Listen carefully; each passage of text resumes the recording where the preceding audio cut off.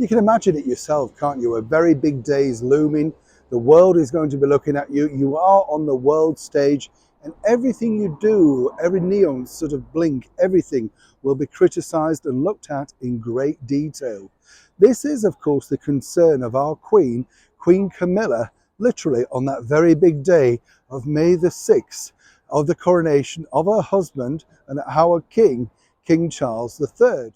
That there is someone very much at her side, offering sage advice, more importantly support and kind friendship, something that's not gone unnoticed by the Prince of Wales, Prince William. As ever, let me explain. Hi, good morning, Neil Sean here in the very heart of London. And as ever, thank you for your lovely comments about the comedian Barry Humphries. Very sad. Yeah, what an icon he was. As I say, I was lucky enough to know him a little bit, and just incredible. What a huge talent. If you get fed up, check out some of his clips on YouTube. They will cheer you up. I love when he popped up on The View in America and kept calling Whoopi Goldberg Sharon. Don't think she liked that, No, it's a real name, but she didn't like it. That was the beauty of Dame Edna. He could get away with things, couldn't he? It's a little bit like some people might say with Camilla.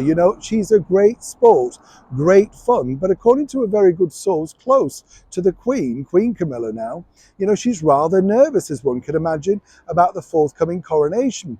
But what's reassuring to note is this, that, has she's just recently taken a battering, lost some very good friends, once again in Barry Humphries, and the other comedian, the late Paul O'Grady, who was such an animal lover and recently appeared on a documentary with him. She's had a bit of a tough time, as well as losing some family members.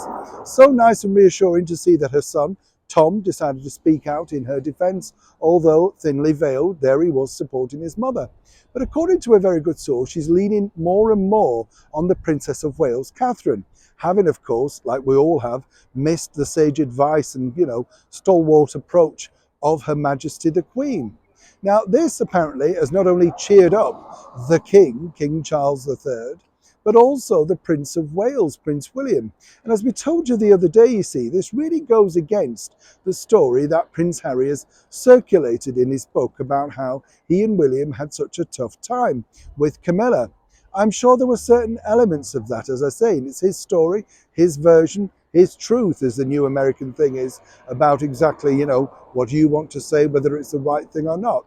But on a more serious note, it's interesting, isn't it? Because Camilla, we forget, is a human being. And that must be very daunting to go on that world stage. Not something you'd actually planned for, not something you really thought about years and years ago, is it? Over here, as a lot of people are basically saying, that people inside the British monarchy are not warm, they're not friendly, they don't do hugs, all of that sort of stuff. Well, they do. And the person that's really reaching out to her and reassuring her in these very difficult times is none other than Catherine, the Princess of Wales. They've been firm friends for years now, but it's accelerated even more so. So it really does show, doesn't it, the back chat and, of course, the ridiculousness of what Harry and both Harry and Meghan said in those documentaries. Let's all wish Camilla the very best on what's going to be a very difficult, tiring, an exhausting day for her too. Let's not forget that. And let's also thank the Princess of Wales for being a good friend in a very much hour of girly need. Neil Sean in the very heart of London.